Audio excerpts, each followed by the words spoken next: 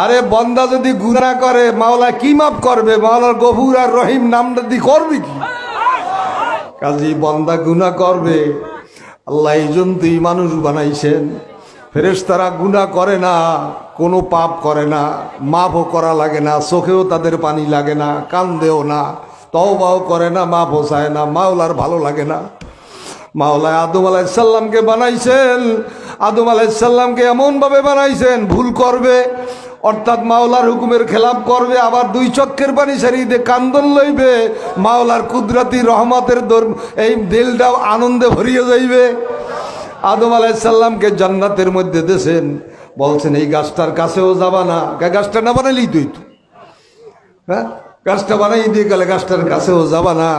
ওদিকে আবার ইবলিসে লাগাই দিয়েছে, ও দরজায় যে কান্না শুরু করছে, ইন্নী লাকুম আলামিনান নাসিহিন, আমি আপনার একজন মঙ্গলকামী হিতাকাঙ্ক্ষী। আপনার ওই গাছের কাছে যাইতে মানা করছে কেন জানেন? গাছটার নাম কি তা জানেন? না তা তো জানি না, আল্লাহ নিষেধ করতে তো জানি না। বলে কারণ আছে, গাছটার নাম হইল আমি জানি, ওটার নাম হইল শাজারাতুল খুলদ। ওই গাছটার ফল খাইলে আর বেহেশতের থেকে বাইর হওয়া লাগবে না। আর ওই গাছটার ফল খাইতে এই জন্য নিষেধ করছে, আপনারে বেহেশতে রাখবে না। তাহলে আদম আলাইহিস সালামরে শিখাইছে ভালো জিনিস না, মিঠা কথা শিখাইছে না। আল্লাহু আকবার। গাছের ফল খাইছে, পোশাক পরিচ্ছদ খুলিয়া পরিয়ে গেছে। দুনিয়ায় আল্লাহ পাক পাঠাই দিয়েছে, থাকা যাবে না এখানে। এখন তো পায়খানার ব্যাগ হইছে, পায়খানা নাই জান্নাতে, সব আছে, পায়খানা নাই। পায়খানা করার জায়গা হইল দুনিয়ায় যাও, দুনিয়ায় যাও। একজন রে পাঠাইছে জেদ্দায়, আর একজন রে শ্রীলঙ্কায়। দুইজন 350 বছর কানতে কানতে কানতে কানতে আরাফার ময়দানে হাজির হইয়া মাওলার দরবার গায়ে, মাবুদ গো, আল্লাহ জান্নাতের মধ্যে তোমার আরশের পায়ার সঙ্গে তোমার নামের সঙ্গে লেখা দেখছিলাম মুহাম্মাদুর রাসূলুল্লাহ, ওই মুহাম্মাদের ওসিলে আমারে মাফ করিয়া দাও। আল্লাহ কয়, হে আদম তুমি চিনলা কেমনে তারে? লেমা আরেফতা ইয়া আদম, চিনলা কেমনে? আমি ওই জায়গায় চিনছি, আপনার বন্ধু ছাড়া হবে না। আল্লাহ কয়, ও আদম তারে না বানাইলে তোমারেও বানাইতাম না, তার ওসিলায় তোমাকে মাফ করিয়া দিলাম। আমরা সেই আল্লাহর হাবিবের উম্মত, মাওলায় আমাকে জাহান্নামে নিতে চায় না। এই জন্য অলি আল্লাহদেরকে বাড়ির দরজায় দরজায় পাঠাইয়া দেয়। অলি আল্লাহদের কাছে যাও, তাদের কাছে যে তওবা করো, মাওলার দরবারে ক্ষমা চাও, আল্লাহর অলি হইয়া কবরে যাও। সুবর্ণ সুযোগ ধরিয়া আনছে গ্রামের থেকে, গ্রাম দেয়া ও গ্রাম দেয়া কত মানুষের মধ্য থেকে বাছাই করি এখানে আসছে। চরমনার হুজুরের মাহফিল কিন্তু ব্যতিক্রম ধর্মী মাহফিল। চরমনার হুজুরের মাহফিল সিজনে সিজনে হয় না, 12 মাস হয়, বর্ষাকালে হয়, শীতকালে হয়, সব সময় হয়। এই চরমনার হুজুর এই আগস্ট মাসের 1 তারিখ থেকে শুরু করছে খুলনা বিভাগ সফর। আল্লাহর রহমতে বৃষ্টিও সারাদিন হয়, মাহফিলও রাত্রে হয়। কি যে কায়দা, সুবহানাল্লাহ। এ আমার ভাইরা, আল্লাহ বসবা বসবা, আইজ বসবা না বসবা কাইল, কপাল থাপড়াবার দেবা গাইল। আফসোস করতে করতে কলিজা ফাটিয়া যাবে, আর কাজ হবে না। লাউ কুন্না নাসমাউ আও নাকিলু মা কুন্না ফি আসহাবিস সাইর। জাহান্নামে পড়িয়া জাহান্নামীরা আফসোস করবে আর বলবে, আরে যদি দিলের কান লাগাইয়া কথাগুলা শুনতাম, আর যদি জ্ঞানটা কাজে লাগাইয়া আমল করতাম, আজকে আর জাহান্নামী হওয়া লাগতো না।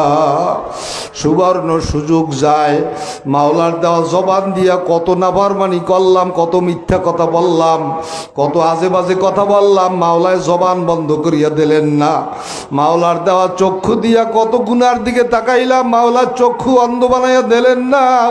মাওলার দেওয়া পাও দিয়া কত পাপের কাজ করলাম, মাওলায় পাও প্যারালাইসিস দিয়া পঙ্গু বানাইয়া দিলেন না। পারে না, পারে না? মাওলা কয়, এ নাফরমানেরা, এ বেনামাজিরা, এ সুদখোর ঘুষ ঘুষখোর মদখোর জুয়াখোরেরা, তোর যদি বিশ্বাস না লাগে যা তুই পঙ্গু হসপিটালে যে দেখে আয়, তোর মতন কত যুবক রে পঙ্গু বানাইয়া থুইছি বালাইয়া পায়ে রশি লাগাইয়া টানা দিয়ে রাখছে। যাইয়া দেখ চক্ষু হসপিটালে কত মানুষকে অন্ধ বানাইয়া ফেলাইয়া রাখছি। এ চক্ষুওয়ালা, হে হাতওয়ালা, হে পাওয়ালা, আমার দেওয়া নেয়ামত পাইয়া আমার সঙ্গে নেমখারামি করো। আমার দেওয়া পাও দিয়া মসজিদে হাঁটিয়া যাইতে পারো না, কত গানে যাও, সিনেমায় যাও, বাজে গুনার আড্ডার মধ্যে হাঁটিয়া যাও। আমি মাওলা ইচ্ছা করলে তোর পাও দুইটা আমি পঙ্গু বানাইয়া দিতে পারতাম। পারতে না? পারতে না? मैं সুযোগ দিছি বান্দা আয় ফিরিয়ায়, বাজা বাজা হরাচে হস্তি বাজা, ই দরগাহে মা দরগাহে না উমিদিনিস, সদবারাগার তওবা শিকাস্তি বাজা। এ গুনাহগারেরা, পাপীরা, 100 বার তওবা করেছো, ঠিক রাখতে পারো না, আবার পাপ হয়ে গেছে। নিরাশ হইয়া যাইও না, নিরাশ হইয়া যাইও না। আমি মাবুদের দরবার নিরাশার দরবার না। আবার তওবা করো, আবার তওবা করো, আমি মাওলা আবার তওবা কবুল করিয়া নেব। এমন দয়ার মাওলা, এমন দয়ার নবীর উম্মত। আল্লাহ, এত সুবর্ণ সুযোগ পাওয়া সত্ত্বেও যদি কপাল পোড়া হইয়া গুনার বোঝা লইয়া কবরে যাইয়া পড়ি, ওই কবরের মধ্যে তো জাহান্নামের আগুনের কুয়া হইয়া যাবে। 99টা সাপে আইয়া জড়াইয়া পেঁচাইয়া ধরবে। আল্লাহ, 99টা সাপের কথা কেন আল্লাহর হাবিব বললেন? ইমাম নববী রহমাতুল্লাহ আলাইহি তিনি বলেন, আল্লাহ পাকের দয়া এবং মায়া হইল 99 প্রকার। 99 প্রকার দয়া এবং মায়া পাইয়াও যেই বান্দা বান্দি তওবা করিয়া গুনাহ মাফ না করাইয়া মাওলার কবরের মধ্যে যাইবে, এক এক প্রকার মায়া মোহাব্বত দয়া মায়ার মোকাবেলায় এক একটা গজবের সাপ জাহান্নামের থেকে লাফাইতে লাফাইতে আসবে। নাফরমানের পাও থেকে মাথা পর্যন্ত পেঁচাইয়া পেঁচাইয়া দংশন করবে। নাফরমান সাপের পেঁচ ছাড়াইবে। আল্লাহ, সাপের জবান খুলিয়া যাবে, সাপে বলবে আনা মালুকা ওয়া আনা কানজুকা। এ নাফরমান, তুই আমারে ছাড়াও কেন? আমি তোর সেই মাল, যেই মালের মহব্বতে মাওলার হুকুম মানো নাই। আমি তোর সেই সঞ্চিত ধন ব্যাংক ব্যালেন্স, যার মায়ায় তুই যাকাত দাও নাই, যার মায়ায় তুই হজ করো নাই, যেই মালের মায়ায় তুই মানুষকে ধোঁকাবাজি করিয়া ফাঁকিবাজি করিয়া মানুষের পরে জুলুম নির্যাতন করেছো, মাপে কম দেছো, মানুষের জমিন আইল ঠেলিয়া আর একজনের জমিন নিজে দখল করেছো। ওরে নাফরমান, আল্লাহ পাক আমাকে ওই সাপ বানায়া তোরে পাঠাইছে, আমারে আর তুই সারাইতে পারবি না।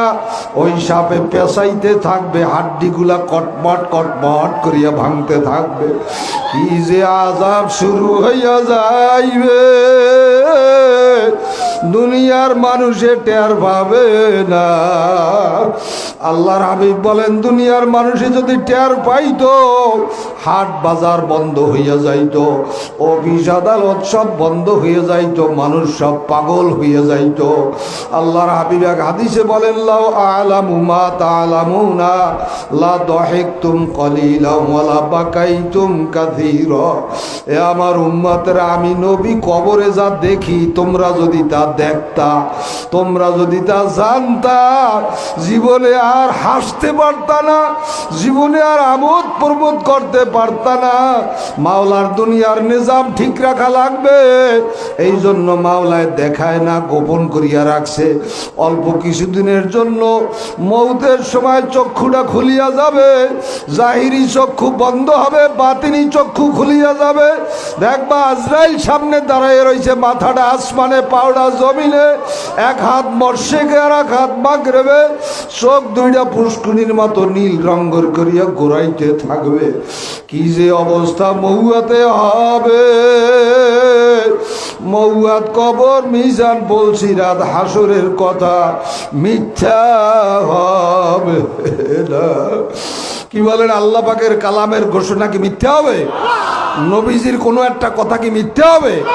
কাজেই আমার ভাইরা মনে মনে ইয়াকিন করেন, ওরে মন, আল্লাহ যতই গুনার দিকে তুমি ঝুঁকিয়া পড়ো না কেন, মাওলার নাফরমানি করিয়া কবরে গেলে তো আযাব সত্যই। কাজেই তওবার সময় যায়। আজকে আল্লাহর ওলির মাহফিল থেকে খাস তওবা করিয়া আল্লাহর ওলির হাতে হাত দিয়া বয়াত হইয়া মাওলার জিকির আজগার করিয়া মাওলার আপন বান্দা হইয়া নি আমরা মাওলার কাছে যাইতে পারি। আসলে কবরে যায় না মানুষ, যায় মাওলার কাছে। কোথায় যায়? মাওলার কাছে যায়। আল্লাহ পাক বলছেন ওয়া ইলাইহি তুরজাউন কাইফা তাকফুরুনা বিল্লাহি ওয়া কুনতুম আমওয়াতান সুম্মা ইউমীতুকুম সুম্মা ইউহয়িকুম সুম্মা ইলাইহি তুরজাউন। কেমন করে তোমরা আল্লাহর নাফরমানি করো, সেই যে আল্লাহ তোমাকে মুর্দা থেকে জিন্দা করলো, জিন্দা থেকে আবার মুর্দা বানাইবেন, আবার তার কাছে ফিরাইয়া নেবেন। কাজেই সেই আল্লাহর সাথে কি করে নাফরমানি করো।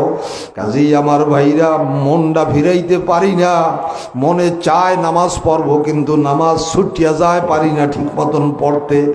এই জন্য আল্লাহর ওলির হাতে হাত দিয়া খাস তওবা করিয়া যদি জিকির আজগার শুরু করতে পারেন, আল্লাহর ফজল ও করমে জান্নাতের পথে চলা সহজ হইয়া যাবে। এই পীরের কাছে মুরিদ, আর এইটি আসল উদ্দেশ্য। পীর বেহেশতে নিতে পারবে না, পীরের কাজ হইল বেহেশতের পথ দেখাইয়ে দেবে। কথাটা বুঝে আসছে না? বেহেশতের পথে চলার কাজ হইল আমাদের, আর মাওলার কাজ হইল বেহেশতে নেওয়া। কাজেই আমরা আজকে নিয়াত করিয়া খাস তওবা করিয়া আল্লাহ এই মোরেলগঞ্জে চরমনার মরহুম ইসহাক রহমাতুল্লাহ আলাইহি গ্রামে গ্রামে ওয়াজ করিয়ে গেছে। কি কন ঠিক না? মরহুম সৈয়দ ফজলুল করিম রহমাতুল্লাহ আলাইহি গ্রামে গ্রামে মানুষকে হাতে ধরিয়া পায়ে ধরিয়ে গেছে, কত অনুনয় বিনয় করিয়ে গেছে।